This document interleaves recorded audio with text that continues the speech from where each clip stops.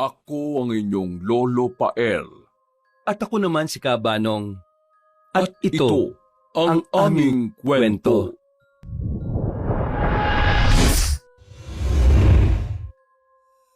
Pasado 3:30, pagkatapos mananghalian sa isang karinderya sa poblasyon, ay sumakay kagad ng tricycle si Will, bit-bit ang 5.5 buwan niyang anak na si Shuvelin.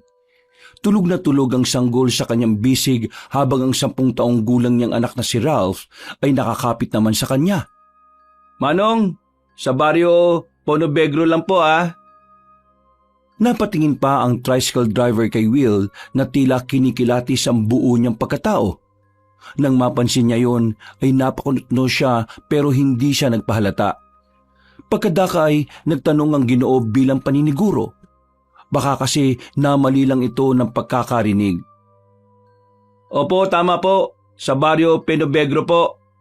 Kung po pwede po sana, doon sa may kapilya nila. Nang sabihin ng tricycle driver na hanggang sa bukana lang siya ng baryo Ponobegro ihahatid, ay hindi na umalma si Will. Inaalala niya rin kasi ang 2 anak na kailangan ng masisilungan. Papunta kasi sila sa bahay kung saan nakatira ang kanyang nanay Clarice ngayon. Mabilis na lumipas ang oras. Nang marating nila ang bukana ng nasabing baryo ay kaagad bumaba sa tricycle ang mag-aama. Pagkabayad ay nagmamadali ring umalis ang sasakyan na parabang may kung anong iniiwasan sa lugar na yon.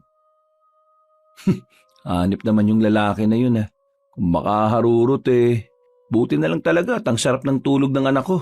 Dahil kung nagising tong si Shuvelin, ay nako, humanda siya sa akin. Pinagmasdan niya ang nahihimbing na sanggol bago lingunin ang panganay na anak na sumisipat-sipat lang sa nilulumang arko ng nasabing baryo. Tay, nakakatakot naman po dito sa lugar na to. Anong sabi ko sa iyo, Brent? Di ba ang takot nasa isip lang? Opo, pero nakakatakot naman po talaga dito Pero di naman po talaga ako natatakot, Tay.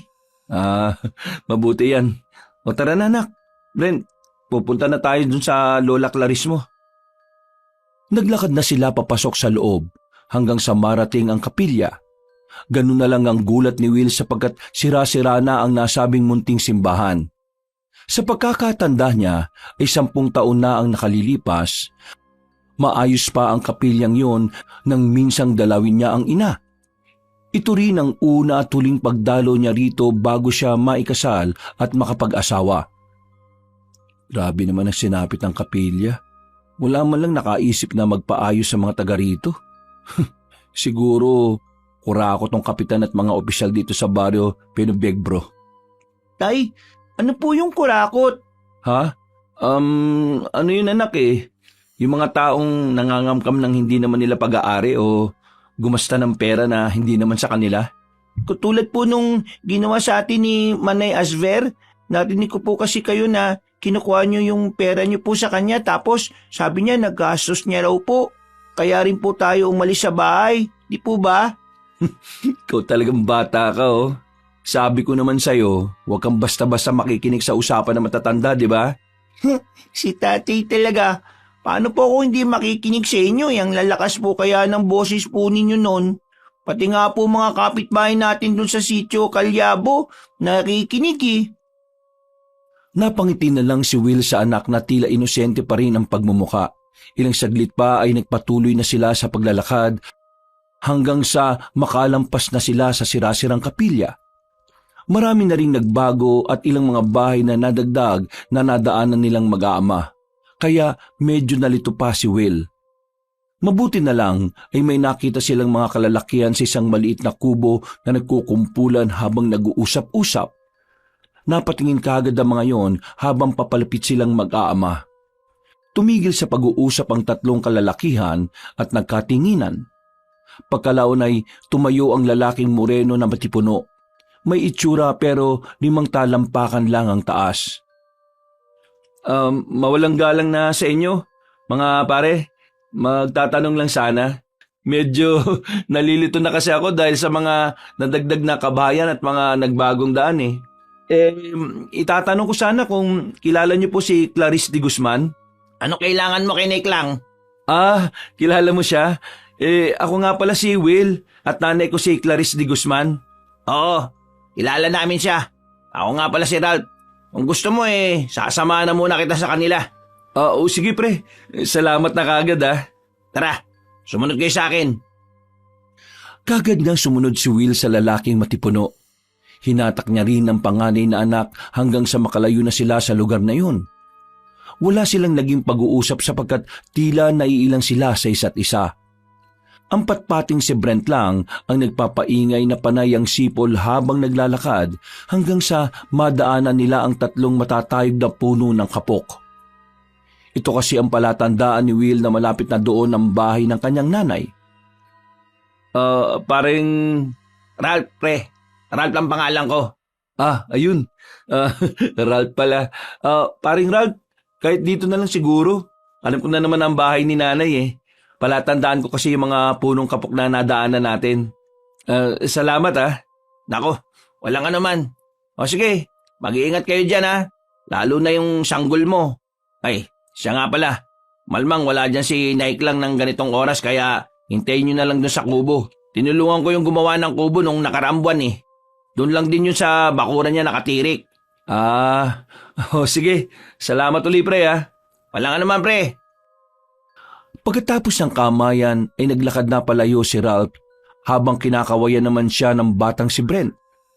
Napangiti lang si Will bago magtuloy-tuloy hanggang sa marating na nga ang bahay ng kanyang ina. At katulad ng bilin na matipunong binata kanina nakausap niya, wala roon si Aling Clarice kaya pumasok sila sa yerong gate dahil hindi naman ito nakalock. At nang nasa loob na ng bakuran ay nagtambay muna ang tatlo sa kubong sinasabi ni Ralph. Ay, salamat. Kahit papaano makakapagpahinga na rin tayo mga anak. O Brent, kung inaantok ka matulog ka na muna anak Malamig naman dito sa kubo Tay, paano po ako makakatulog? Wala naman pong unan. Tsaka patigas po yung sahig kaya masakit po sa likod. Nuknukan ka rin talaga ng arte anak no? Ito na lang muna ang bag natin ang gamitin mong unan. Malambot din naman to. Sige na po. Naantok na rin po ako Kaya nga matulog ka na muna at gigisingin na lang kita kapag dumating na yung lola mo. Ay, sige po tay. Huwag niyo po kong iiwan dito Natatakot po ko sa lugar na to Kala ko ba kanina sabi mo hindi ka natatakot? Kanina po yun tay. Ikaw talaga. Sige na, pumikit ka na. Hindi kita iiwan. Kung gusto kitang iwan, dun pa lang sa sitio Kolyabo, ginawa ko na yon. Pagpikit ni Brent ay pansamantala na ring nagpahinga si Will at hindi nila namalaya ng mabilis na paglipas ng oras. 5:30 ng hapon nang maabutan ni Aling Clarice ang anak niyang si Will na nakatayo sa kubong ginawa nila ni Ralph habang inuuyog ang sanggol nito. Si Brent naman na nagising na ay naglalaro ng mga bato-bato, tuyong dahon at tangkay na nalaglag sa mayabong na puno ng alateris na nasa gilid ng nasabing kubo. Kumaway-kaway pa siya sa kanyang ina at nang makita ng ginang ang kanyang anak at mga apo, ay nagmadali siya sa paglalakad palapit sa mga yon. Nay! Tay, sino po ba si Lola Klang? Anak, Brent. Salubungin mo ang lola mo, dali at magmano ka. Sige po. Patakbong lumapit ang batang lalaki at nagmano sa kanyang lola.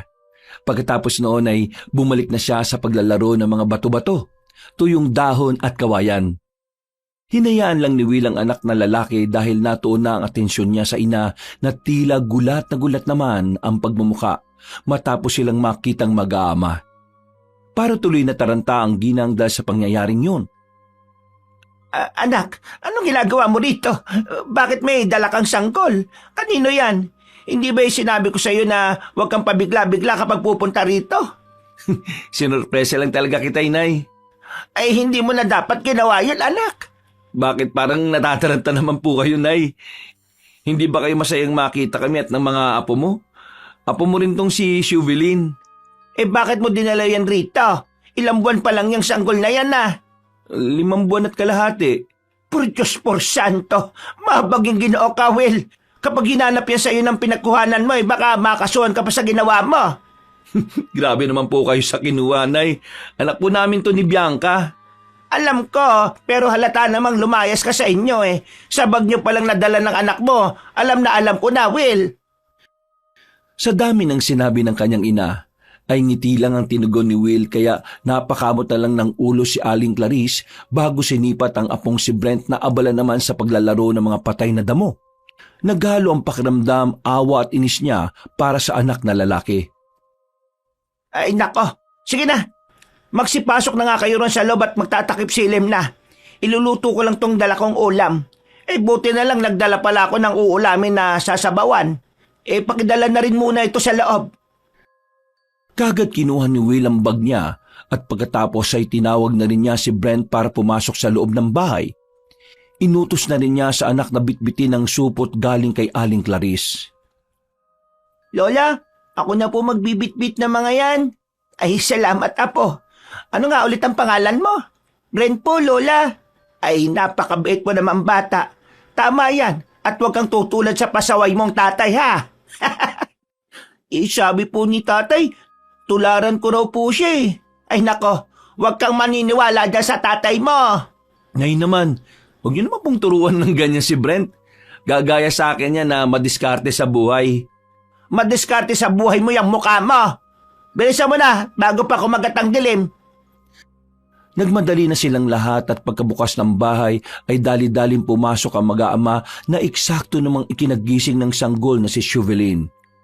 Umiyak yun ng umiyak na kaagad pinadede ni Will gamit ang tinimplang gatas na nasa bote. Dahil doon ay saglit naman na lumabas si Aling Clarice. Pagkatapos ay meron siyang kinuhang bagay sa ilalim ng kubo. Kinuha niya roon ang pudpud na gulong ng sirang bisikleta at saka ito hiniwa gamit ang patalim na nakuha niya rin sa loob ng kubo. Nagwalis-walis na rin siya sa labas ng natambak na tuyong dahon at sanga at saka niya pinaliyab at doon na nga isinaboy ang ilang bahagi ng gulong ng bisikleta. Umalingasaw ang mabahong amoy galing sa piraso ng gulong, subalit hinayaan lang ito na matandang ginang. Pagkatapos noon ay bumalik siya sa kanyang kubo at saka kumuha roon ng gasera. Sinindihan niya ito at naglakad na papunta sa loob ng kanilang bahay. Pagpasok niya doon ay natanong niya kagad ang anak na inuuyog-uyog ang sanggol. Pagkakita sa kanya ni Will ay ngumiti yun bago nagsalita. Nay, nandun na sa kusina yung isda ah. Pinahugas ko na muna kay Brent. Huwag po kayo maglala dahil maasahan na yung batang yon. Pwede kayong magpatulong sa pagluluto. Di ba Brent? Opo tay, Lola. Palagi ko pong ginagawa to sa amin dun sa sitio Kulyabo eh. Kasi po si tatay madalis rin pong nasa Sabunan. Nay, kasi ako na po yung naglalaba muna ngayon dahil nga kapapanganak lang ni Bianca. Kaya yun, sa sabunan, lagi po akong nagsasabon. Hindi naman po kayo naglalaba tay eh. Palagi nga lang po niyong kasama yung mga manok. Ay nako Will, hindi ka pa rin nagpapaawat dyan sa kakasabong mo. Hindi na talaga ako nagsasabong, Nay. Tagabantay na lang ako ng mga manok. Ay nako, kahit kailan talaga anak. Magseryoso ka na nga sa buhay mo dahil hindi ka na binata. 2 na yung anak mo at sanggol pa yung isa oh. Oo nga po. Napakamot na lamang ang ginang habang napapailing. Pagkatapos ay nagtungo na siya sa kusina para simulang magsaing at magluto ng ulam nila para sa hapunan. Ilang saglit pa, habang naghahanda ay palingon-lingon si Aling Clarice sa kanyang anak na kalalapag lang din ng sanggol sa malaking papag na naroon lang din sa sala. Nay, nagsunog ka ba ng goma? Ang baho at baka makasama kay Chauvelin. Kanina ko pa nga po naamoy yung tay eh. Masama sa kalusugan niyang ganyang amoy, Nay eh. Dapat po hindi kayo nagsusunog ng mga ganyan at nakakasama rin sa kalikasan. Kailangan ko magsunog dyan dahil mas makabubuti sa anak mo, Will. Doon mo na muna ilagay sa kwarto ang anak mo at pabantayan mo muna kay Brent. Ako nang bahala rito. Magsindi ka na lang dyan ng kasera dyan sa altar. May extra pa ron sa kubo. Sige na, kunin mo. Napabuntong hininga na lang ang kulot na lalaki bago sundin ang utos ng kanyang ina. Nang nasa kwarto na ang sanggol na binabantayan ni Brent, ay kaagad siyang nagtungo sa kubo para kunin ang ekstrang gasera. Mula roon ay mas lalong umalingasaw ang mabantot na amoy ng goma kaya napatakip siya ng ilong habang nagmamadaling pumasok sa loob ng bahay. Grabe, Nay. Ang baho talaga ng goma. Ba't ba kasi kayo nagsusunog ng ganyan? Ang dami mong tanong. Sindihan mo na yung gasera at ilagay sa altar. Grabe, sungit nyo naman, Nay. Nagtatanong lang naman eh. Ayaw niyo po ba nang nandito kami? Ay, wag mo na akong dramahan dyan. At hindi naman bagay sa pagmumukha mo, Will. Baka matuktukan pa kita dyan eh. Dalihan mo na. Sindihan mo na yung gasera sa altar. Ito na nga, ito na. Kibit-balikat na lang na inilagay ni Will sa altar ang nakasinding gasera at pagkatapos ay minasdan niya ang dalawang anak dahil kita ang mga ito mula sa pwesto. Napangiti siya na mapait matapos makita na nilalaro ni Brent ang bunsong kapatid na tahimik na dumedede ng gatas. Nakangiti man siya kaharap ang ina ay hindi niya pa rin maiwasang mahabag para sa kalagayan ng dalawa niyang anak na naulila na sa ina nang wala pang kamuwang-muwang sa mundo. Ito ang dahilan kaya nagtungo siya ngayon dito sa bahay ng ina. Namatay na kasi ang asawa niyang si Bianca dahil sa komplikasyon ng panganganak. At dahil hindi naman siya tanggap na mga kaanak ng babae, kaya mas pinili niyang lumayo sa mga yon at makasama na lang ang inang si Aling Clarice na alam niyang hindi siya itatakwil. Hindi niya sinabi ang mga pinagdaraanan niya ngayon dahil ayaw niya ring makasagabal sa tahimik na buhay ng ina. Ang totoo ay wala lang din talaga siyang pagpipilian kaya siya umuwi rito ngayon. Wala na kasi silang matutuluyan ng mga anak matapos mapalayas ni Manay Asver. Ilang saglit pa pagkatapos ng masalimuot na pag-aalala sa nakaraan, pagkasara ng pinto at bintana ay sa kanya nilapitan ng ina sa kusina na abala at tahimik na nagluluto ng makakain nila. Bango nang niluluto niyong ulam na ya. Luto na ba yan? Hindi pa, senyor. Pero malapit na akong maluto. Pasensya ka na at ngayon lang ako nakapagluto eh. Pabigla-bigla ka kasi nang dating eh. Nanay naman, parang ayaw mo talaga kaming nandito ng mga apo mo ah. Di mo ba kami na-miss?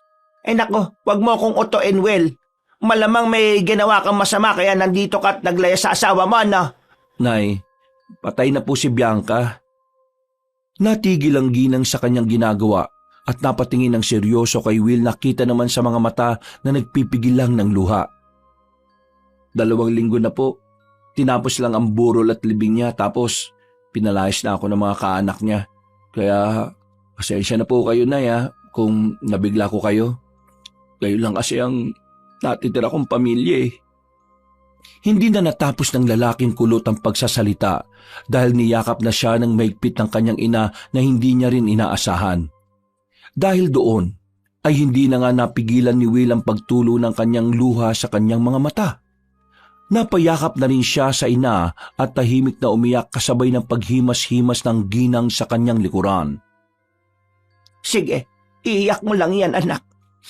Salamat po, Nay. Sa kabila ng pag-iwan ko sa inyo, handa niyo pa rin po akong tanggapin. Eh sino bang ina ang hindi makakatiis sa mga anak? Salamat po talaga, Nay. Bakit hindi mo kagad sinabi kanina ang nangyari, ha? Hindi naman po kasi kayo nagtatanong eh.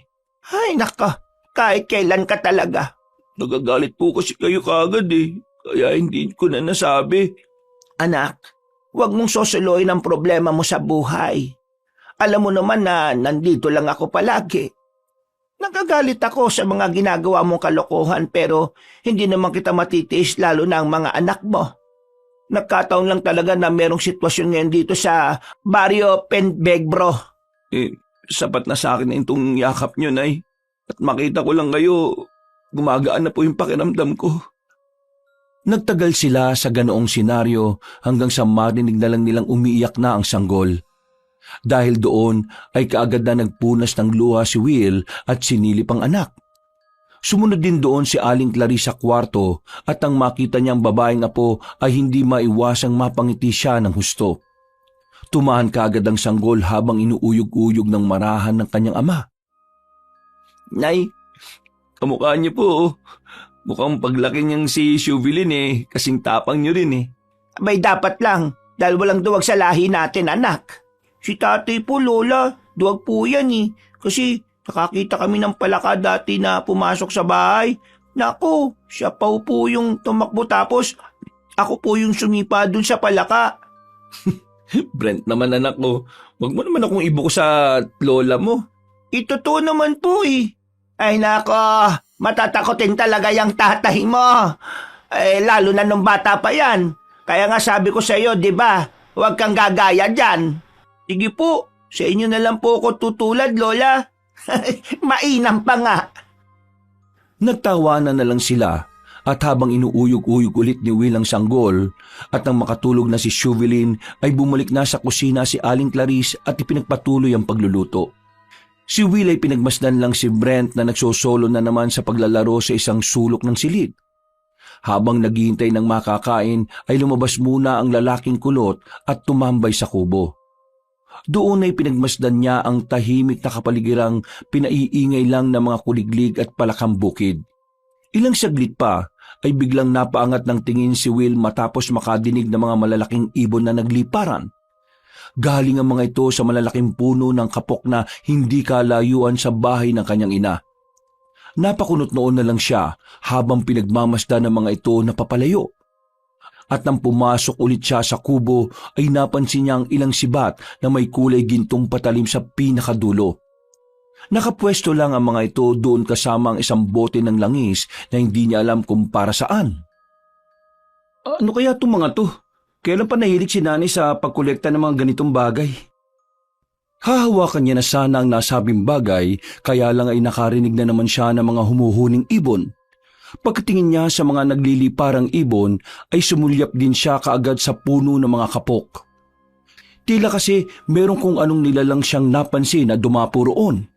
Kaya nag-alisan at nagambala ang mga ibong natutulog. Anong uri kaya ng ibon yun? Eksaktong pagkasabi niya noon, ay siya naman paglabas ng kanyang nanay Clarice. Anak, pumasok ka na rito at kakain na. Opo, Nay. Saglit lang po't may tinitingnan lang ako sa puno. Anong tinitingnan mo rin sa puno ng kapok? May malaking ibon po kasi ako nakita Nay eh. Di ba pugad naman talaga ng mga paniki yung puno na yon? Doon din sa compound nila Bianca, meron yan eh. Pero hindi ganyan kalaki. Grabe, ang laki na niyan sobra. Kitang-kita dito oh. Natigilan na si Will sa pagsasalita sapagkat umabante si Nanay Clarice at saka binilugan ng mga kamay ang bibig para mas mapalakas ng boses. Nagulat na lang ang lalaking kulot nang biglang sumigaw ang kanyang ina na tila umaalingaw-ngaw sa buong paligid. Hoy! Ikaw! Walang hiya ka! Kung sino ka bang nandyang hinayupa kang nagpapanggap na malaking ibon! Matalas ang pang-amoy mo ah! Hindi ka nadali ng mabahong goma na sinunog ko kanina! Sige! Subukan mo lang na pumasok sa bakuran ko at may paglalagyan ka talaga! Huwag mo akong hinahabon! Hindi pa man natatapos ng ginang ang kanyang sinasabi, ay lumipad na kagad sa malayo ang isang malaking ibon na bigla ring nawala na parang bulak. Takang-taka naman si Will sa kanyang nakita at narinig na sinabi ng kanyang nanay. Akala ko hindi matatakot ang mokong na yun eh. Subukan niya lang talaga at may paglalagyan siya sa akin. Ano po ba yun, Nay? Bakit kayo nagsisigaw ng ganon? Huwag mo nang itanong, Will. Grabe naman. Ay, tara na sa loob. Dahil baka lumamig na yung pagkain. Masarap ang bangus na pinakuluan ko sa sampalok. Siguradong magugustuhan mo pati ng mga anak mo. Kibit-balikat na naglakad si Will papasok ng bahay. Samantalang si Aling Clarice naman, bago pumasok sa kanilang bahay, ay nagpunta muna sa kubo at inihanda ang kanyang 3 sibat na ginto ang talim pati ang isang importanteng langis. Pagpasok sa loob ng bahay ay dali-dali niya ring isinara ang pinto at sumabay na sa pagkain ng kanyang anak at apo, habang ang sanggol na si Shuvelin ay nahihimbing pa rin sa pagtulog. Marami silang napag-usapang bagay habang kumakain kasama na roon ang dahilan ng kamatayan ni Bianca. Humingi rin ng paumanhin si Aling Clarice sa kanyang anak sapagkat hindi niya to nadamayan habang nagluluksa sa kanyang asawa. Pasensya ka na, Will, kung hindi kita nadamayan ng mga panahong namatay ang asawa mong si Bianca. Masyado tayong malayo sa isa't isa eh. At wala rin naman akong balita sa iyo. Nay, huwag niyo na pong pakaisipin yon. Naiintindihan ko naman kayo eh. Tsaka, ayaw ko na rin po kayong abalahin pa. Sabi niyo nga, di ba, na meron kayong sitwasyon dito ngayon sa Barrio Pinobegro. Salamat naman sa pangunawa, anak. Oo nga at may mga sitwasyon dito kaya nag-aalala rin talaga ako kanina nung makita ko kayo eh. Ay, oo nga pala, Nay. Ano na nga ba ang sitwasyon ngayon dito sa baryo Pinibegbro? Napansin ko rin kasi yung kapilya, sira-sira na. Ano na ba nangyayari dito? Ay nako, malala na anak. Mukha nga ho eh. Sino na ba namumuno rito sa baryo at bakit pinabayanan nila yung kapilya? Dati naman, lalo na yung mga kababaihan at matatanda, alagang-alaga nila yung kapilya natin eh. Ngayon, grabe na yung ikinasira. Parang abandonado na talaga. Parang matindi yung korupsyon dito ah.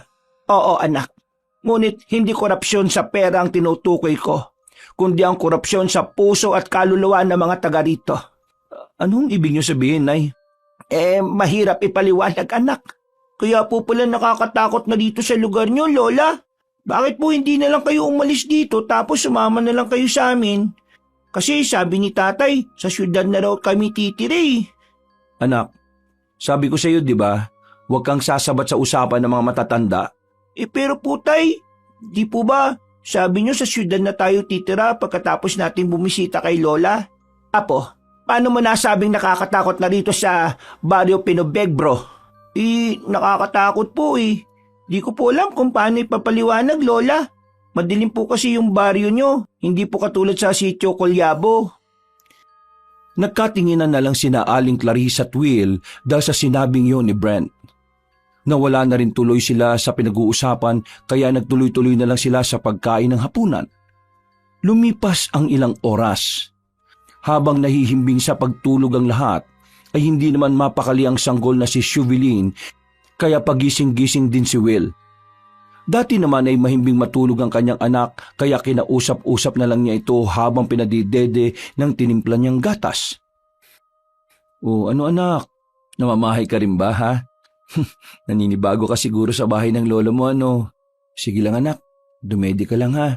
Huwag kang uha ng uha kasi natutulog na si Lolak lang eh at si Kuya Brento mo. Hindi namamahay ang anak mo, Will. Ay, ano po bang ibig niyo sabihin, Nay?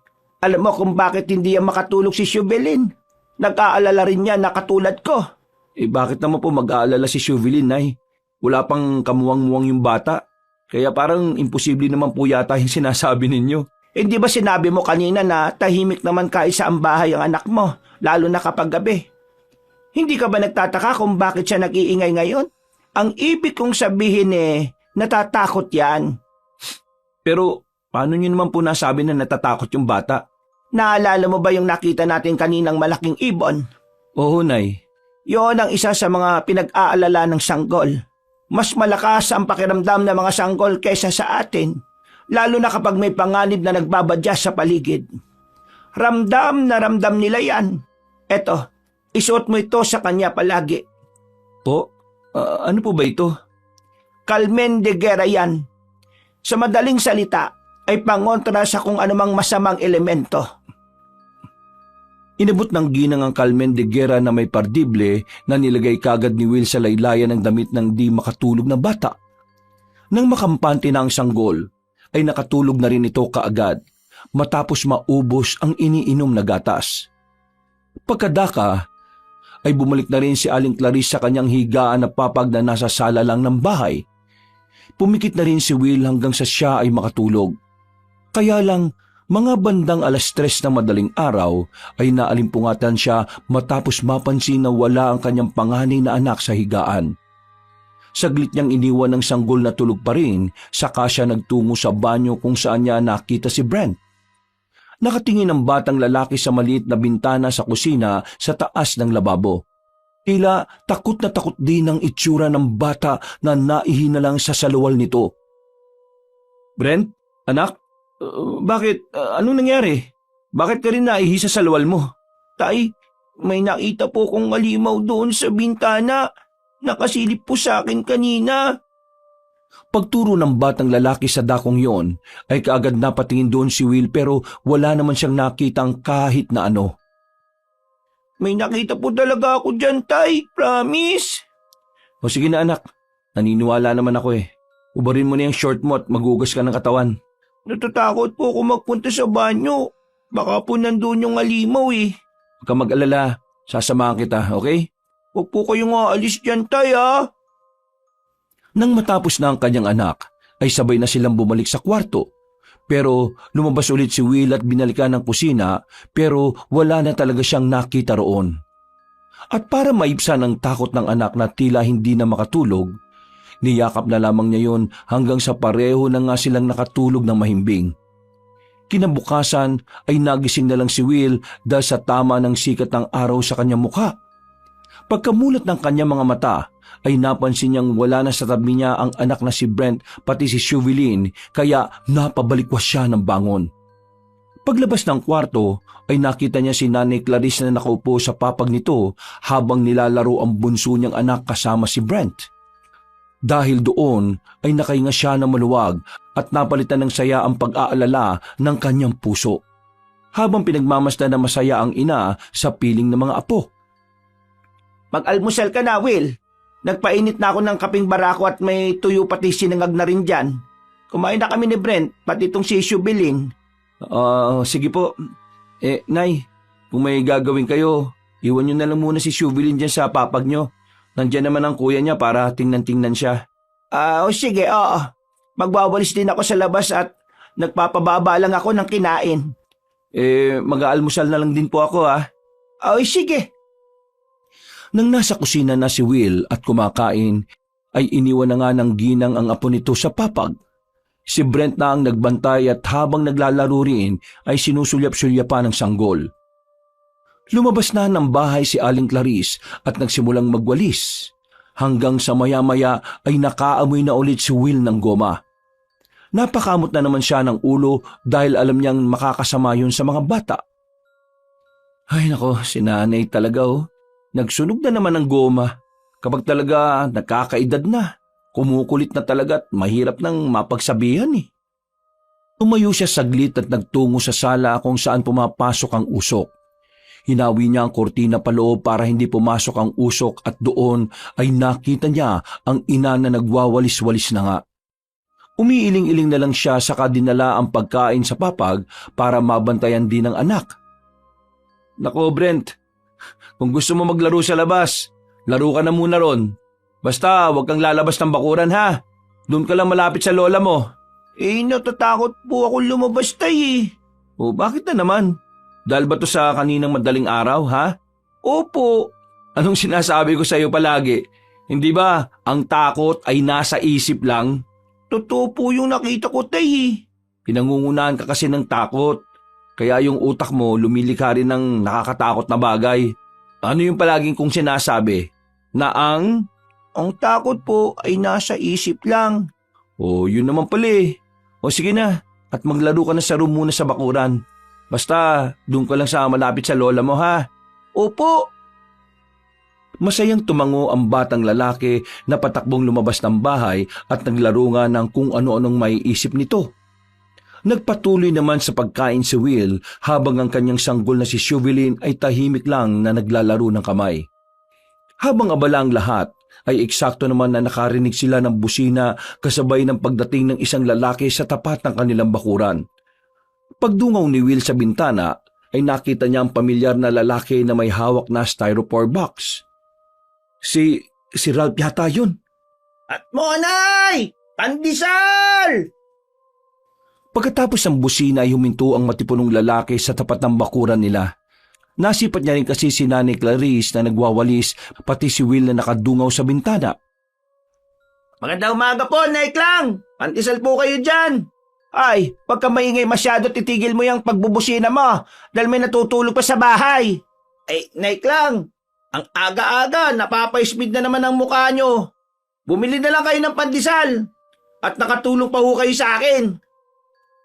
Napakamot ulo na lang ang ginang habang papalapit sa binatang matipuno na masipag na nagtitinda. Bago tumunog ulit ay sinipat niya muna ang kabuuan ni Ralph na parang sinusuri ang buong pagkatao. Medyo sigurista na kasi talaga si Aling Clarice dahil sa kaligtasan ng apo niyang 5 buwan at kalahati pa lang. Si Will naman ay nakatingin lang sa kanilang dalawa at pangiting-ngiti habang nakikinig sa usapan. Baka naman mamaya, Rap, nayanggaw ka na rin ha. Himalang napahinto ka rito Samantalang noon kapag tuwing umaga, dinadaan-daanan mo lang ako. Naiklang naman, grabe naman ho kayo sa akin ha. Mukha lang akong nayanggaw. Pero alam niyo naman sa sarili niyo na hindi ako magiging katulad ng mga ibang taga rito. Ito ang pangontra ko oh. Mas mabuti na yung nakakasiguro, Ralph. Alam ko naman ho yun, Naiklang. Nagtaka si Will habang nakikinig sa usapan ng kanyang ina at ni Ralph. Nakita pa niya kung paano ilabas ng nagtitinda ng pandesal ang suot nitong Carmen Digara na meron din si Chauvelin. Napatanong tuloy siya sa sarili dahil sa mga nakita. Bakit puro sila may mga dalang Carmen Digara? Nung meron. At puro pangontra na lang ang mga hawak ng tao rito. Bibili ako. Pero may sasabihin ako sa iyo saglit. Ano yun? Alam mo bang may mga bisita na kagad na umaali-aligid dito sa atin kagabi? Nandun pa sa punong kapok nagtambay. Yun nga rin yung iniisip ko kahapon eh. Naalala ko din kasi yung anak nyo. Hinatid ko kasi yung mga yun dito kahapon at medyo nalilito raw siya sa mga pagbabago sa baryo. Ganun ba? Salamat naman pala kung ganon. Walang anuman o. Sino-sino pa ba naman magtutulungan kundi tayo-tayo na lang din na mga natitirang normal dito sa baryo Pinobegro. Eksaktong pagkasabi nun ni Ralph ay siya namang paglabas ni Will mula sa loob ng bahay. Kumuway pa yon habang nakangiti. Magandang umaga, pare. Uy, salamat pala ulit kahapon ha. Walang anuman, Will. Baka gusto mo ng atmonay oh. Mainit-init pa talaga to. Kunin niyo na to at ilang piraso na lang. Murang-mura na lang ang halaga. O Nay, kunin na raw po natin. Sige na, para naman makabawi ako rito kay paring Ralph.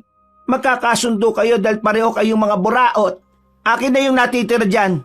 At para sa pangmerienda namin mamaya dahil nag-almusal na kami. Sige po, salamat at naubos na rin. O so paano Naiklang? Paring Will, basta kung may kailangan kayong ipaayos sa bahay nyo ha, tawagan nyo lang ako, katulad ng dati. Magandang umaga rin at mag-iingat kayo palagi ha. O siya, sige na. Makakaasa ka.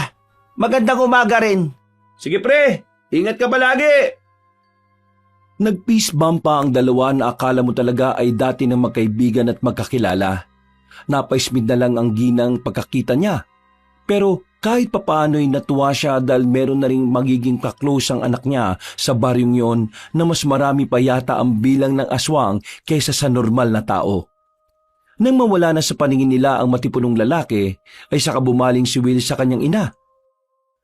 Nay, pwede kaya akong magpapasok ng trabaho dun sa kay Ralph? Pwede naman, pero sino mag-aalaga kay Chauvelin? Hindi naman ako palagi libre anak. May ginagawa rin ako sa taniman at palengke. Ay, anak ng teteng. Iniwan ko nga pala si Chauvelin sa papag. Yawa ka anak! Dali-daling tumakbo sa loob ng bahay para tingnan ang sanggol. At nakahinga sila na muluwag nang makitang masaya yung naglalaro ng mag-isa na wala namang nangyaring masama. Ay salamat Diyos ko at may anghel ang anak mo. Nilalaro yan ng nanay niya, malamang. Malalakas talaga ang anghel ng mga batang katulad ni Chauvelin eh. Ay nako, sinabi mo pa Nay. Pero hindi ibig sabihin nun magpakampante ka na, Will. Wag na wag mong pababayaan mag-isang anak mo, lalo na rito sa lugar na to. Alam niyo Nay, nahihiwagaan na talaga ako sa nangyayari. Ano bang meron ngayon dito sa baryo Pinobegro? Kasasabi ko nga lang sa iyo, wag mong iwanan ang mga anak mo. Si Brent mag-isa lang dun sa labas. Sabay nilang sinilip ang batang lalaki sa bintana at eksakto na pabalik na rin yun sa loob ng bahay. Dahil doon ay nakampante na sila. Pero hindi pa rin nasagot ang tanong ni Will. Hindi na umimik ang lalaking kulot. Nagpatuloy na lang siya sa pagkain. Nang matapos makapag-almusal, ay saglit na nagpaalam si Aling Clarice sa kanyang anak. Tapos na rin kasi siya sa gawaing bahay at kailangan na magpunta sa taniman at palengke. Yung mga billing ko sa iyo, Will ha. Huwag kang parang bata na palagi na lang na pinaalalahanan. Huwag mong gagawing biro mga sinasabi ko sa iyo na bantayan mo mga anak mo. Oo nga po Nay, ako na pong bahala rito. Sige na ho, umalis na ho kayo. Baka mahuli pa kayo sa trabaho nyo. Tila nag-aalalang umalis at nagtuloy-tuloy na rin si Nanay Clarice hanggang sa mawala na siya sa paningin ng anak. Mabilis na lumipas ang oras. Dahil sa pagkaabala ay medyo nahuli ng uwi ang ginang. Sabi ni Naiklang, Alas 3 lang ng hapon makakauwi na siya. Alas 4 na oh. Saan na naman kayo nagpunta yun? Nang makita niyang nilalaro-laro lang ni Brent ang bunsong kapatid, ay naisipan niyang igala ang dalawa kahit sa malapit. Nang nasa labas na sila at malapit na sa lumang plaza ay napansin niyang tila kakaiba ang tingin ng mga ito. Hindi rin siya makabati dahil halos hindi na niya kilala ang karamihan. Dami na talagang bagong tao dito sa baryo Pinubeg bro. Hindi ko na sila kilala eh. Kung makatitig pa, akala mo kakainin kami ng buhay.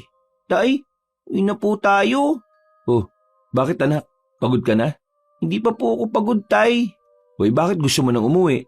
Natatakot po ako sa mga tao dito eh.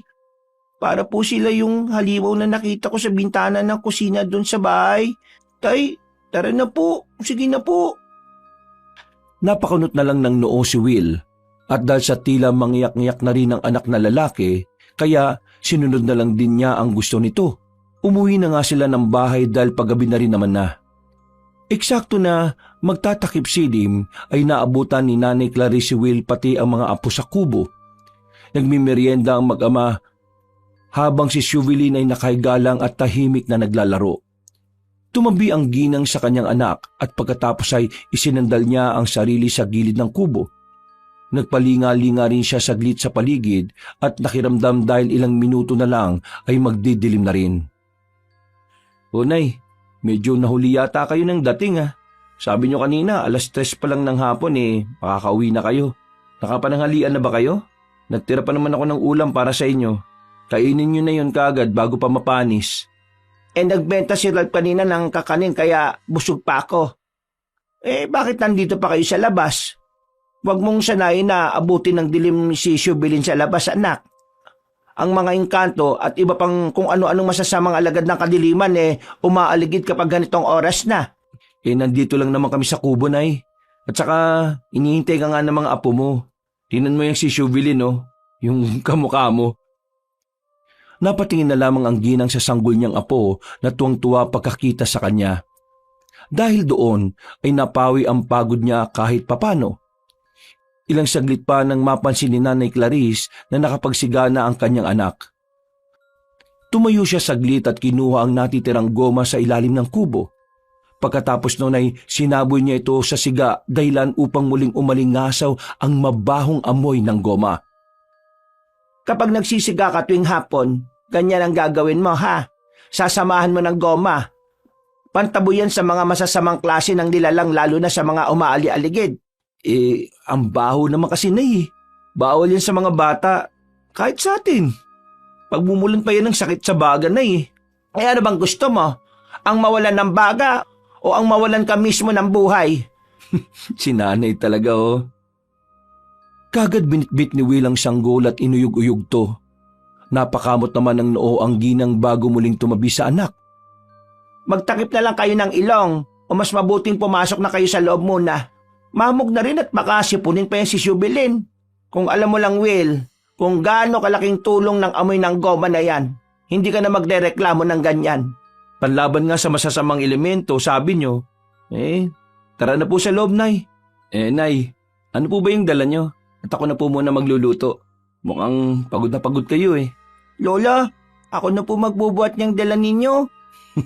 Galing mo dyan, anak Thank you, Tay. Ay nako, napakabait na bata. Mabuti na lang at hindi ka nagmana sa pasaway at napakatigas na kokote ng tatay mo. Tumayo ang ginang at naglakad papunta sa kanilang bahay. Umalalay naman sa kanya ang apong si Brent habang si Will ay bitbit ang sanggol na nakatakip ng makapal na kumot. Nakarinig pa sila ng huni ng isang ibon at alam ni Nanay Clarice na hindi naman talaga yun isang ibon. Kundi katulad kagabi, isang aswang na nagpapanggap lang na hayop. Nang nasa pintuan na sila ng bahay, ay saglit na huminto ang babae at tinanaw ang madilim na kalangitan. Kung saan nila naririnig ang humuhuni-huning ibon. Nang makalayo na ang huni, ay sa kanya binalingan ng anak na may hawak na sanggol. Narinig mo yon, Will? Dahil sa amoy ng goma kaya nataboy ang nilalang na yon. Bakit? Ano po ba yun, Nay?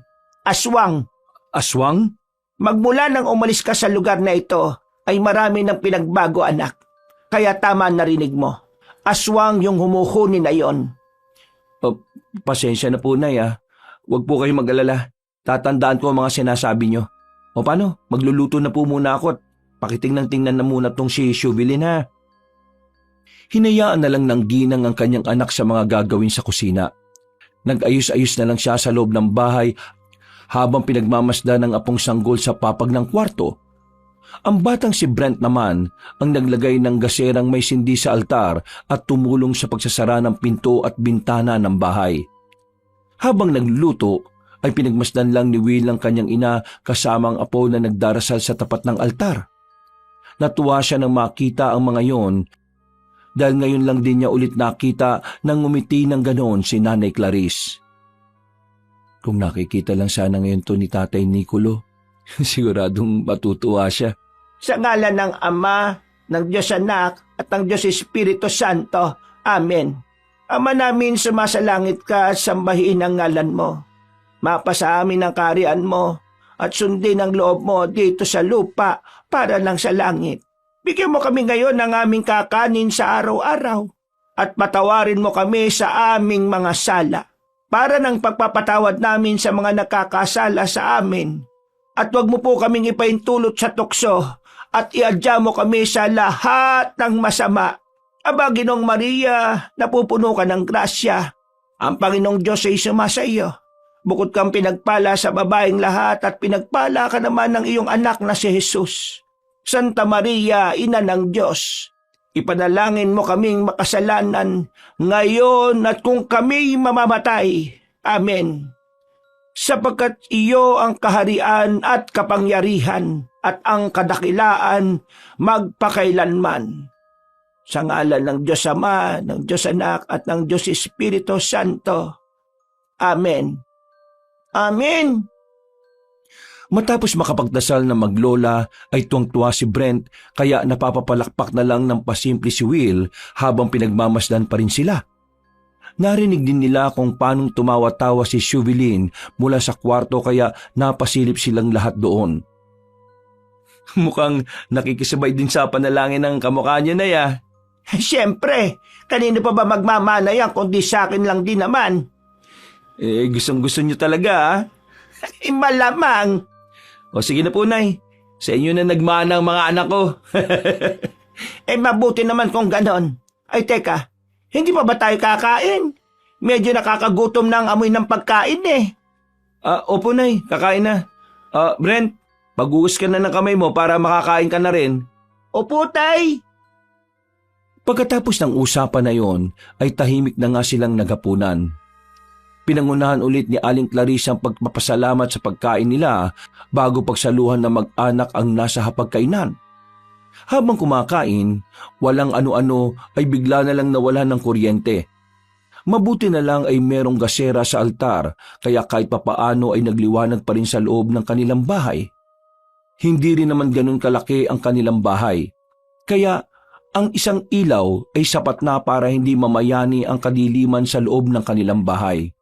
Subalit, para makakain na maayos, ay pansamantalang kinuha ni Nanay Clarice ang gaserang nasa altar at inilagay ito sa lamesang pinagkakainan nila. Nagtungo naman si Will sa kwarto para bitbitin si Shubilin na umiiyak dahil sa naiinitan at nadidiliman sa paligid. Oh, tana baby, tana. Nandito na si tatay oh, huwag ka na umiyak. Sige na baby, huwag ka na umiyak. Tumahan naman ang sanggol kaya dinala na ito ni Will sa hapagkainan. Palagi pa rin bang nawawalan ng supply ng kuryente dito, Nay? Hindi ko rin alam kung bakit eh. Sa pagkakatanda ko kasi nangyayari lang ang brownout o blackout kapag meron ng mga sakuna katulad ng bagyo, lindol at iba pang emergency. Bibihira ang ganitong pangyayari na biglaan. Ano ba yan? Kawawa naman ang baby Shubilin natin. Magpapaypay ang tatay mamaya. Mabuti na lang din talaga palagi may gasera si nanay sa altar. Sana lang talaga hindi magtagal to.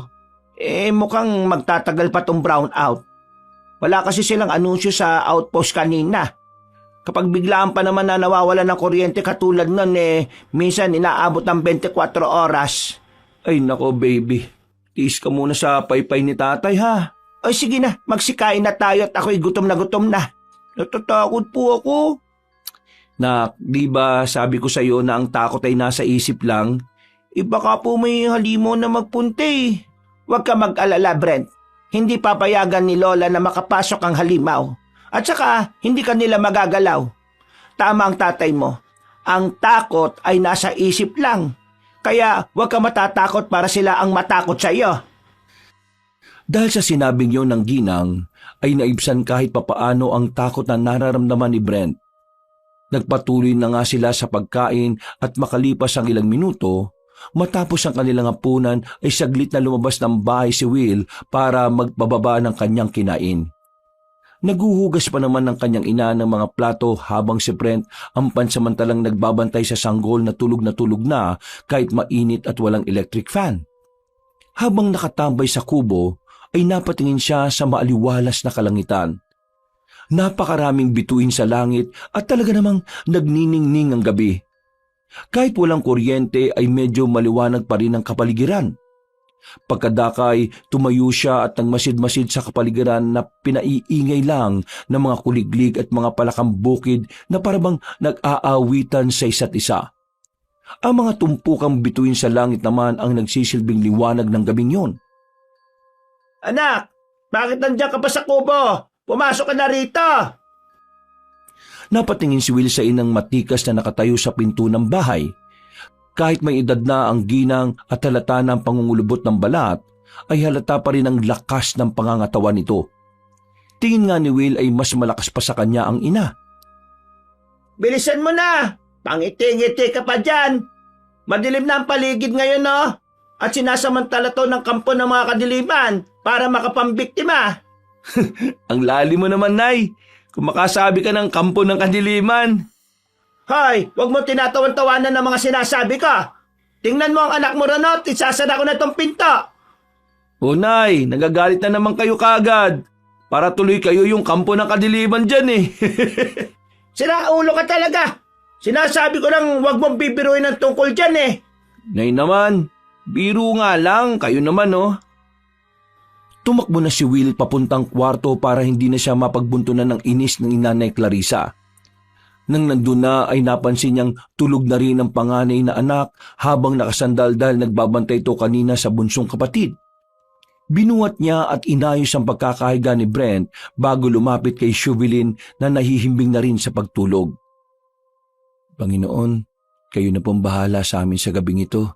Amen.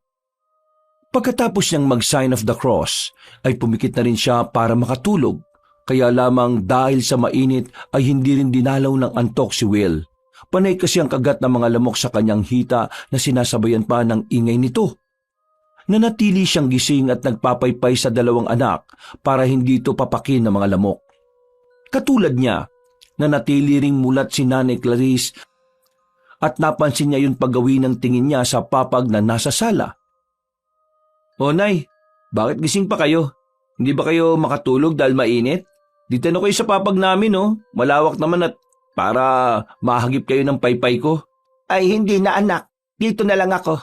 Sanay naman ako ng walang electric fan. Sa tanda kong ito eh.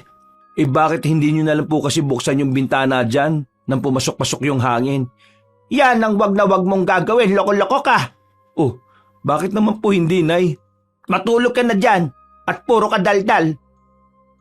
Wala nang ang umimik sa kanila pagkatapos noon, sapagkat tumalikod na si Aling Clarice habang nakahiga. Nagpatuloy naman si Will sa pagpapaypay na kahit antok na siya ay hindi niya sinusukuan. Alam niya kasing kawawa mga anak niya na malamang papakin ng mga lamok. Nang mas lumalim pa ang gabi, habang patuloy sa pagdidilig ng liwanag ang mga bituin sa kalangitan, unti-unti ngang nakaramdam ng antok si Edison. Kaya naman, natapik niya ang sariling muka. Saglit din pala siyang tumigil sa pagpapaypay kaya medyo umungot-ungot ang sanggol. Ay, sorry anak ha. Nakaidlip ang tatay. Itinuloy niya ang pagpapaypay ng walang ano-ano ay nakarinig siya ng mga boses ng kalalakihan mula sa labas ng bakuran. Tila nagtatakbuhan ng mga ito na parang may tinatakasan o hinahabol kaya napabangon siya saglit at natigilan sa pagpapaypay. Napansin niya rin ang ina na biglang bumangon na malamang ay narinig din ng mga ingay at kumusyon sa labas ng bahay. Ano yun, Nay? May mga tao yata nagtatakbuhan sa labas, ha? Shh! Huwag ka munang maingay. Pasimpleng napadungaw ang ginang sa bintanang inuwang niya ng konti. Sapat na para makita ang mga nasa labas ng kanilang bakuran. Sa malayo pa lang ay natanaw na ni Nanay Clarice si Ralph na nakapakunot noo. Kasama na matipunong binata ang iba pang kalalakihan na katulad niya ring tila nagmamadali. Dahil doon ay napilitang lumabas ng bahay ang ginang at sinundan naman siya ni Will, pero tumayo lang ang kulot na lalaki sa tapat ng pinto para makiusyoso.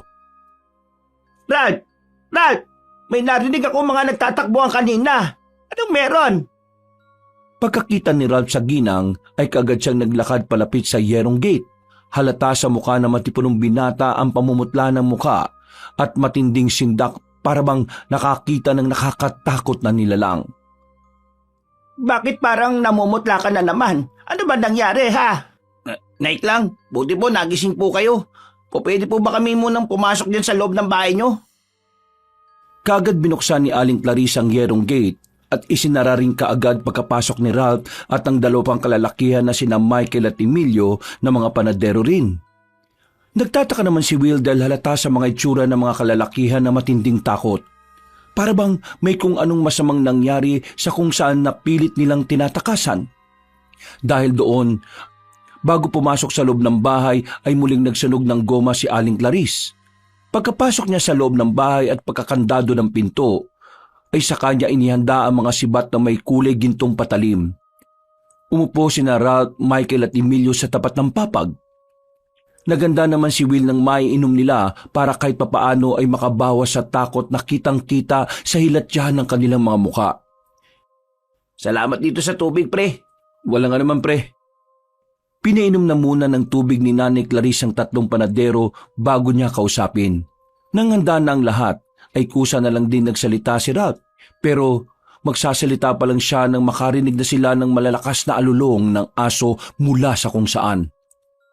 Nasundan pa yun ng ilan pang alulong hanggang sa merong isang mangibabaw sa lahat na halatang hindi ordinaryong aso ang may gawa.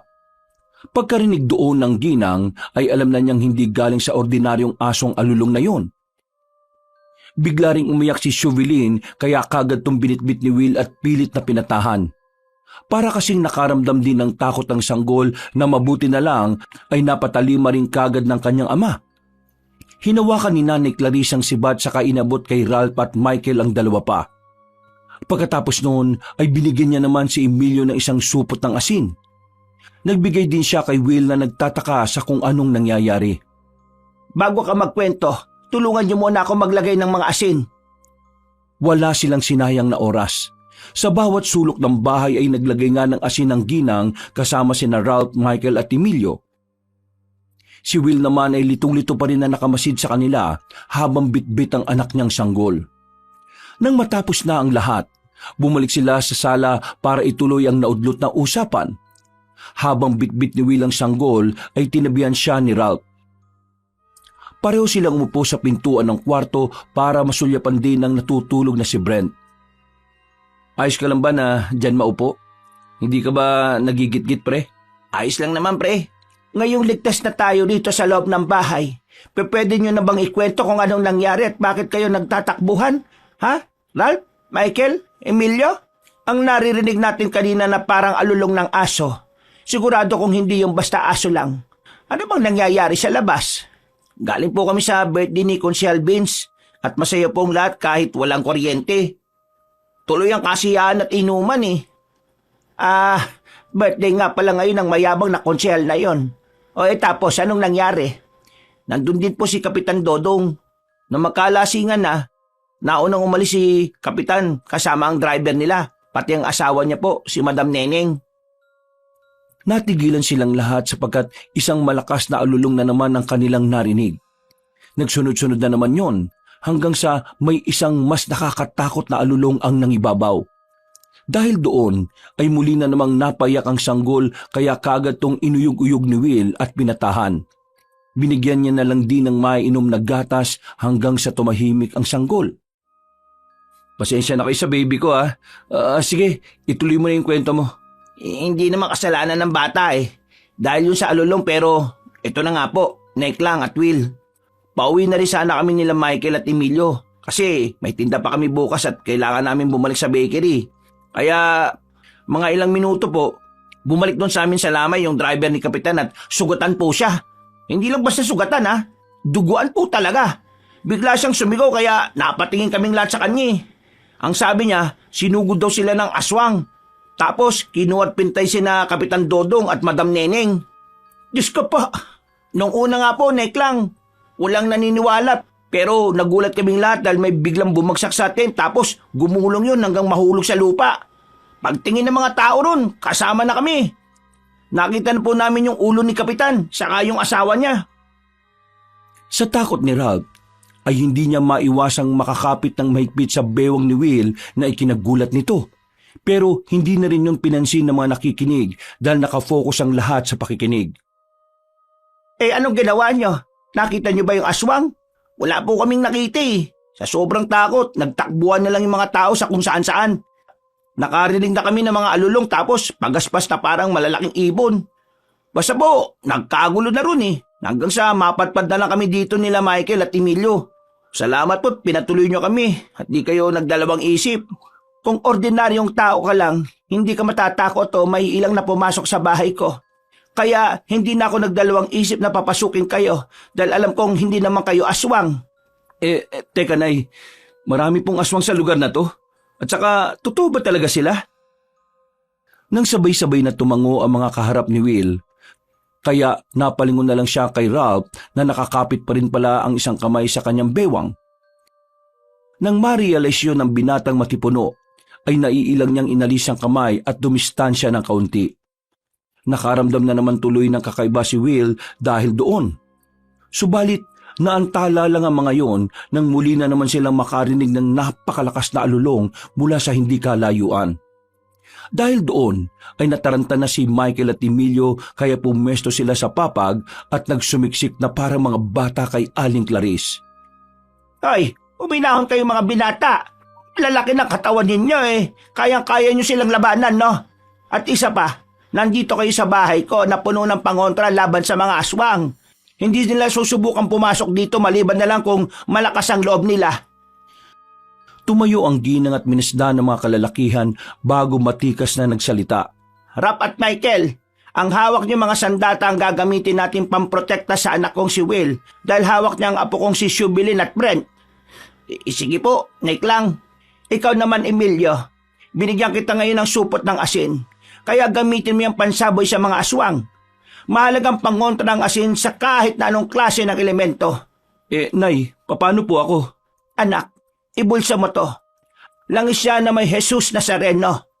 Mabisang pangontra sa aswang at kahit na anong masasama. Kanina nilagyan ko na ito mga patalim ng langis para siguradong hindi sasagad sa buto ang sugat ng aswang at hindi nagagaling. Maraming salamat, Nay. Ano na pong gagawin natin ngayon? Aalis na ba tayo dito sa bahay ngayon? Mas ligtas tayo dito sa loob ng bahay. Bago pa sila makapasok, siguradong napatay na natin sila o kung hindi naman baka sinikata na sila ng araw. Ibig mong sabihin sa ngayon, mananatili tayong gising hanggang sa mag-umaga? Tama, mahaba-haba pa ang oras. Sa ngayon, dahil hindi pa nawawala ang epekto ng amoy ng goma, kaya hindi pa nila naaamoy ang sanggol. Sa oras na mawala ang amoy ng goma sa labas na sinunog ko, asahan na natin na isa-isa o baka magsabay-sabay ang pagpunta ng mga aswang dito. Nagkatinginan ng tatlong panadero matapos yung marinig sa ginang. Pero pilit nilang iwinaksi ang takot katulad ng bilin ni Aling Clarice. Habang may pangontra pa tayo sa labas ng bakuran, umidlip na kayo. Dahil mamaya sigurado kung hindi na natin sila maiiwasan. Tinaon talaga nila na walang kuryente no? O baka naman sinadya nila. Ibig sabihin, mas marami na mga aswang sa lugar na to kaysa normal na tao. Dapat umalis na tayo dito, Nay. Hindi kayo dapat magtiyaga sa lugar na ganito, na gabi-gabing nasa panganib ang buhay nyo. Saka na natin sagutin yan. Magpahinga na muna kayo, anak. Ganun na nga ang ginawa nilang lahat. Sina Michael at Emilio ay nagsiksikan sa papag na nasa sala habang si Nanay Clarice naman ay pinagdugtong-dugtong ang mga upuan sa kusina at doon siya nahiga. Nay, sigurado kang diyan ka matutulog? Doon ka na lang sa papag na nasa kwarto, oh. Mas makakampante ako kung dito ako matutulog para mabantayan kayo, anak. Sige na, at huwag ka nang makipagtalo pa. Si Ralph na lang ang patabihin mo ron sa higaan ninyo. Naiilang man ay wala nang nagawa ang lalaking kulot, kundi sundin ang nais ng kanyang ina. Nahiga na nga siya katabi ang mga anak niya at si Ralph. Ilang minuto lang ay narinig na ni Will ang nagsasagotang hilik ni na Michael at Emilio. Kaya napaungot na lang siya. Sa lakas ng hilik ng dalawang yan, malamang sila ang maunang targetin ng aswang eh. Malamang, baka nga matuntun tayo dahil sa hilik ng dalawa eh. Mahina silang nagtawanan dahil kahit papaano ay nabawasan ng takot ang nararamdaman nila. Nang manahimik na ang lahat ay hindi sinasadyang nagtapat ang kanilang mga mata. Nagtagal yun ng halos 4 na segundo hanggang sa umiwas na lang ng tingin si Will dala ng pagkailang. Hindi niya rin kasi maintindihan ang pakiramdam habang nakatitig sa matipunong binata. Matutulog na ako, pre. Ha? Oo, ako rin. Matutulog na muna, pre. Nagtalikuran na sila saka pumikit habang pasimpleng dumidistansya sa isa't isa. Maya-maya pa ay hindi na rin nila namalaya na sobrang lalim na pala ng pagtulog nila. Pagsapit ng umaga ay nagising na lang si Will matapos maramdaman ng mga kamay na nakayakap na sa kanya. Pagtingin niya ay ganun na lang ang gulat niya dahil si Ralph na pala yun, na napamulagat na rin ng mga mata at sobrang nabigla kaya napabangon din kagad.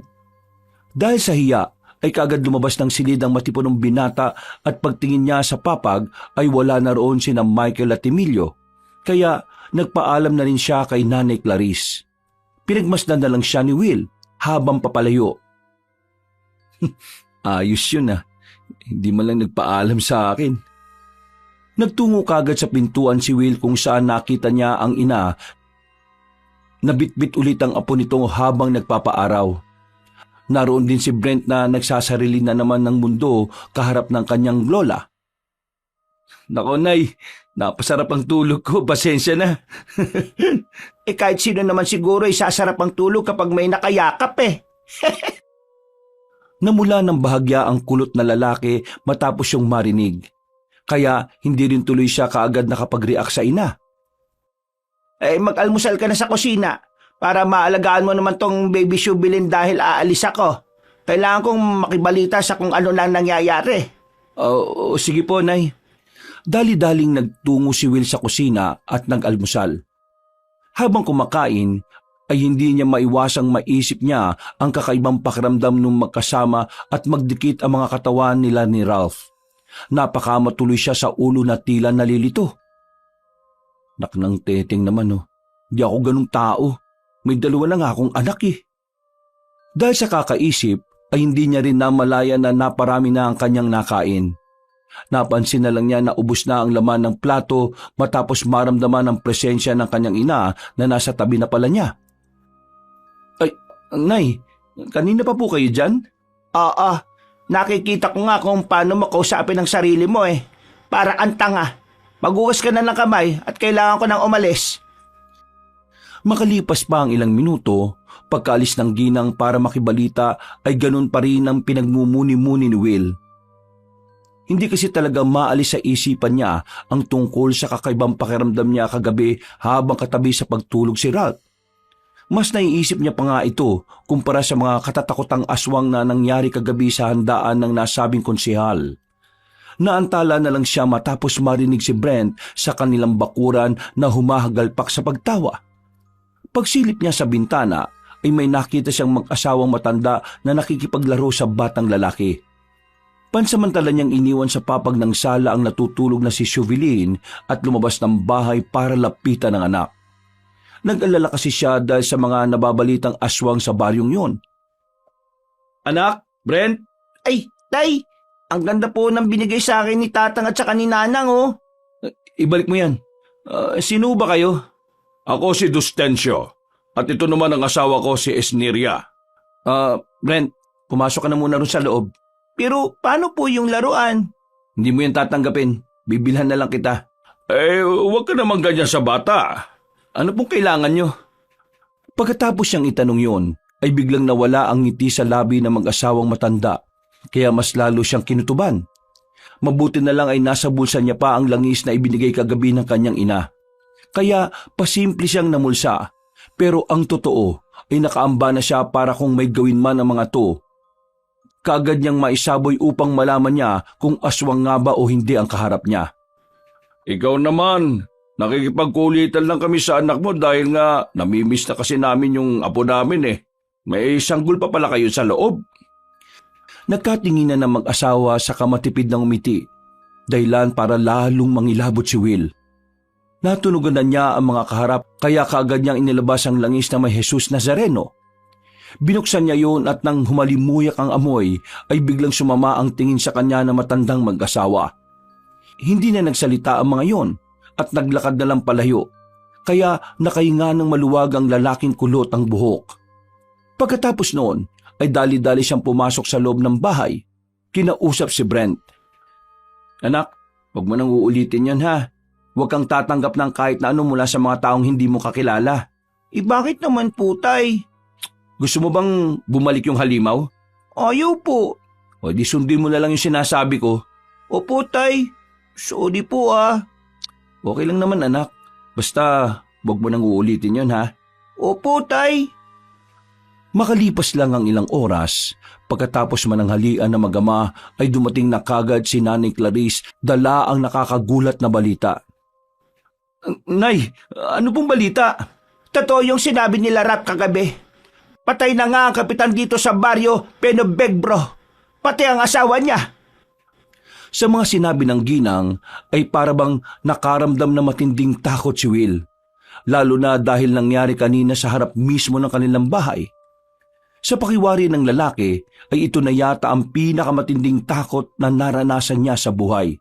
Hindi man sila natatapos mag-usap ay nakarinig na ang mag-ina ng mga yabag ng tao mula sa labas ng kanilang bakuran.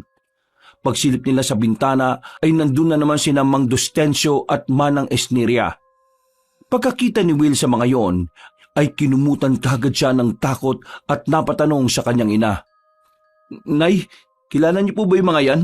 Hindi na umimik ang ginang dahil dali-dali nitong nilapitan ng mag-asawang matanda na nasa harapan ng nakasaradong ngerong gate.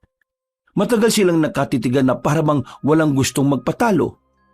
Mabuti na lang ay mahinang kinalampag ni Nanay Clarice ang yero kaya natuon doon ang atensyon ng mag-asawang matanda. Walang iya, ang lakas ng loob niyo Lang, magbabakasakali lang. Baka naman gusto mo kaming patuloyin. Nauuhaw at nagugutom na kasi talaga kami. Kagabi pa. Hindi kasi nakukontento tong si Isniria sa kinakain niya eh. Ang gusto niya palagi, sariwa. Ang gusto pala namin pareho. Kaya, sige na, at papasukin mo na kami. Umalis na kayo. Pakiusap lang. Mang Dustencio at Manang Isniria. Hindi ba't sinabi ko na sa inyo na hindi kayo rito po pwede sa bahay ko? Ayaw ko ng gulo hanggat maaari lang. Habang pinagmamasdan ni Will ang ina na nakikipagpalitan ng salita sa mga nasa labas ng kanilang bakuran, nakakaramdam siya ng mabigat na tensyon sa pagitan ng mga ito. Pero nanatili siyang tahimik at nakaalerto katulad kanina. Anumang oras ay handa na siyang isaboy sa mga kaharap ang hawak na langis. Ayaw ko ng gulo hanggat maaari lang. Kaya pakiusap, lumabay na kayo sa tapat ng bakurang ka. Nawala ang ngiti sa labi ng mag-asawa. Biglang dumilim ang mga mukha nila kasabay ng kakaibang pakiramdam na tila ba lumukob sa kanilang kalagitnaan. Dahil doon ay hindi na rin napigilan ni Will ang sarili. Magsasalita na sana siya para pakiusapan ng mag-asawang matanda, kaya lang ay nauna na siya ng mga yon na magwika. Ipatikin mo naman sa amin ang mga bisita mo, Klang. Kung ayaw mong sapilitan pa namin silang kunin. Mga hayop pala kayo, mga aswang kayo eh. Kung gusto niyo ng patayan, sige, at pagbibigyan ko kayo mga hayop kayo. Talagang ako ba napili niyong kalabanin, ha? Napatras naman sa takot si Will, hindi sa mga aswang kundi sa kanyang ina. Ngayon niya lang kasi nakita na ganun si Nanay Clarice. Para tong pinaghalo-halong mababangis na hayop na handang makipagpatayan sa kahit sinong kalaban.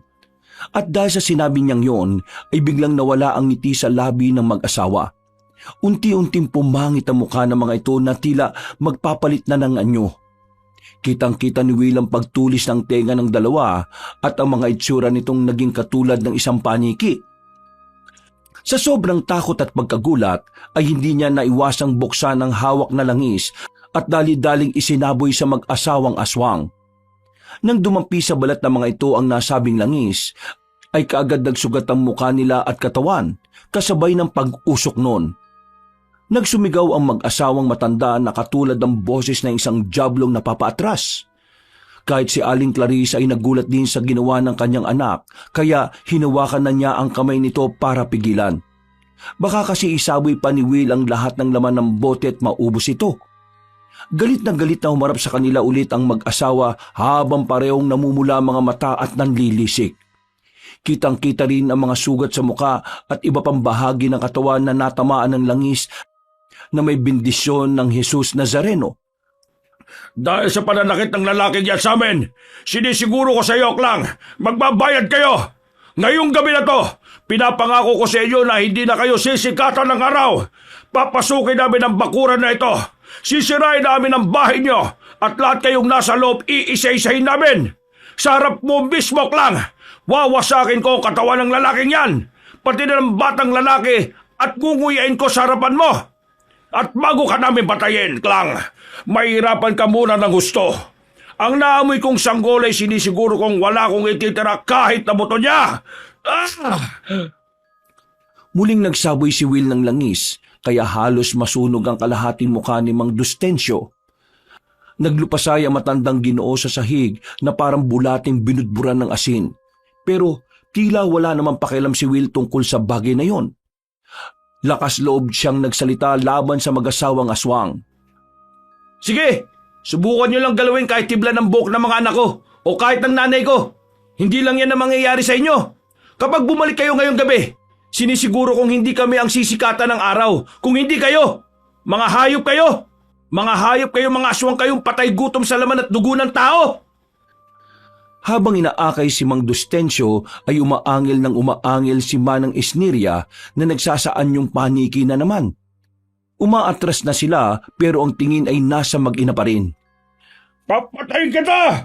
Patayin kita! Sige, mga hayop kayo, mga demonyo kayo. Kayong pupulbusin namin. Kinalampag pa niya ng maraming ulit ang yerong gate hanggang sa pigilan na lang siya ni Nanay Clarice na nagulat din sa inasal ng anak. Bakit mo ginawa yun, Will? Alam mo ba kung anong ibig sabihin ng ginawa mong yon? Hindi na natapos ng ginang ang pagsasalita sapagkat nakita niya ang panginginig ng kalamnan ng kanyang anak na bigla na lang napaluhod sa lupa. Kasunod ng pagtagas ng mga luha, napabuntong hininga na lamang ang ginang bago tinulungang akayin ng anak papasok sa loob ng bahay. Pinaupo niya to sa papag at pinainom ng tubig. Minasahe niya rin ang mga kalamnan ng kamay, hita at paa hanggang sa kumalma na ito. Pasensya na, Nay. Nabigla lang ako sa nangyari kanina eh. Hindi ko na rin po alam, naghalo-halo ng emosyon ko eh. Hindi po ako papayag na gawan nila ng masama ang pamilya natin. Maganda ang ginawa mo, anak, pero mali ang paraan mo. Alam mo ba kung anong ibig sabihin ng ginawa mo kanina? Nagdeklara ka ng gera laban sa mga aswang na yon.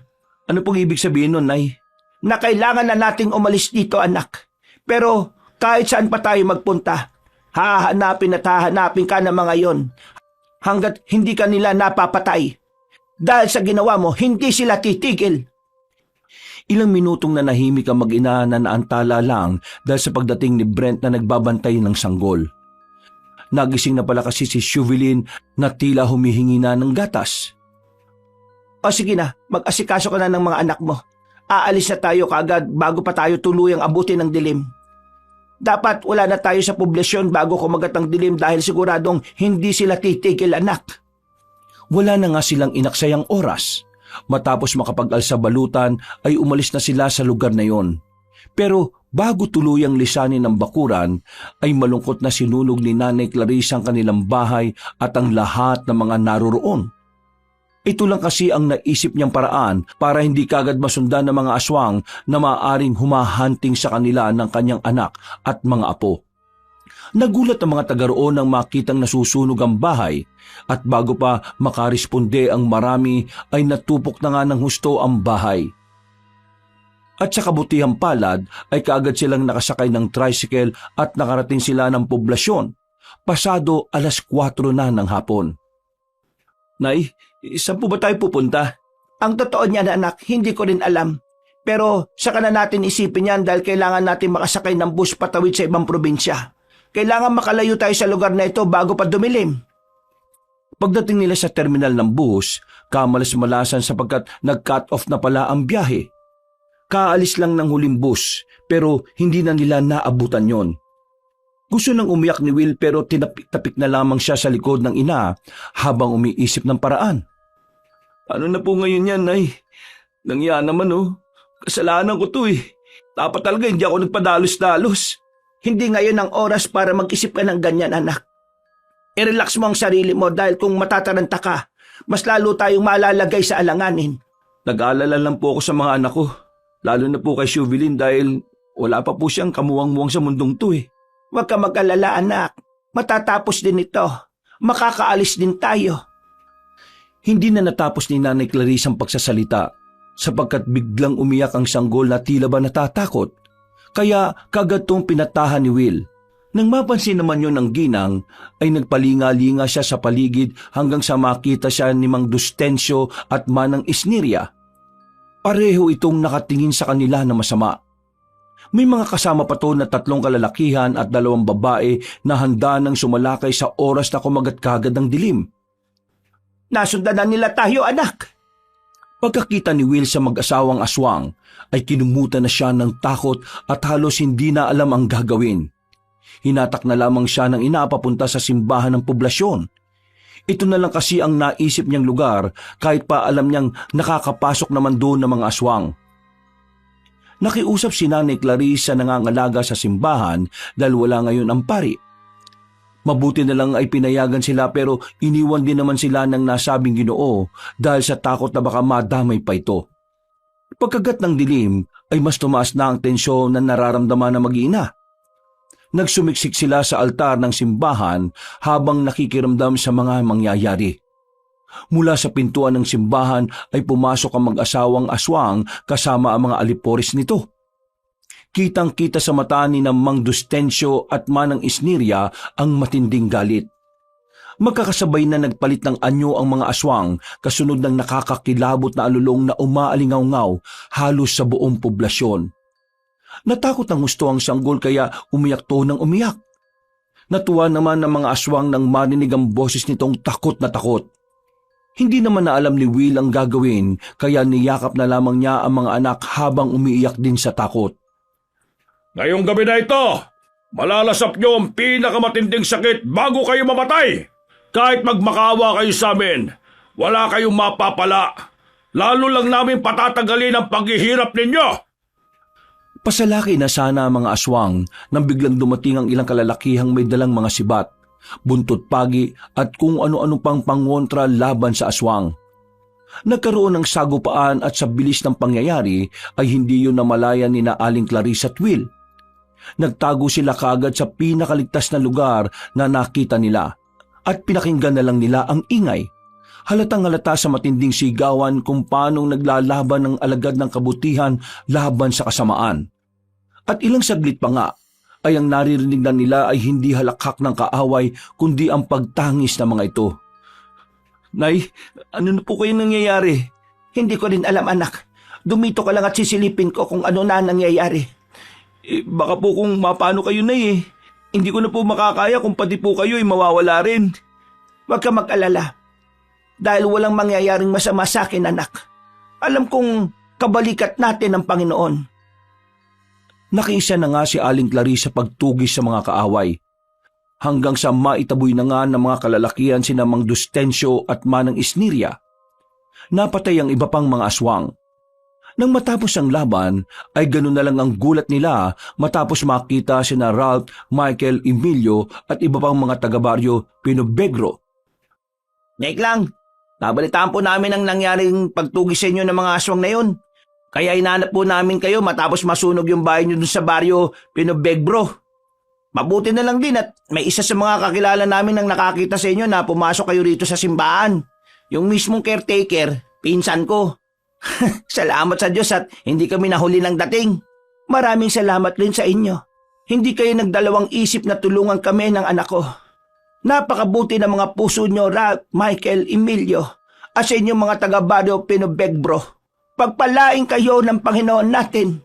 Sino-sino pa po bang magtutulungan kundi tayo-tayo lang din po. Sa ngayon tinutugis na rin po ng mga taga-baryo ang iba pang mga aswang doon sa atin. Dahil sa nangyari kay Kapitan Dodong at Madam Neneng, namulat na ang mga taga ron sa atin. Ay nako, maraming salamat talaga. Walang anuman po. Teka, nasaan na po pala si Will? Nandito ako. Maraming salamat, pre Mabuti na lang at dumating kayo. Kung hindi, Natigilan na si Will dahil bigla na lang siyang niyakap ng mahigpit ni Ralph. Hindi na rin siya pumalag dahil tila nagustuhan niya na rin yun. Pagkatapos sa mga pangyayaring yun, ay wala na ngang napagpilian ng mag-inang Clarissa at Will kundi ang bumalik sa Barrio Penobegbro. Naubos na rin kasi ang mga aswang kaya ligtas na sila. Tumulong nga ang mga taga-baryo sa pagtatayo ng bagong bahay ng pamilya de Guzman. At hindi naglaon ay nagkamabutihan na sina Will at Ralph hanggang sa sila ang makatuluyan sa bandang huli. Wakas,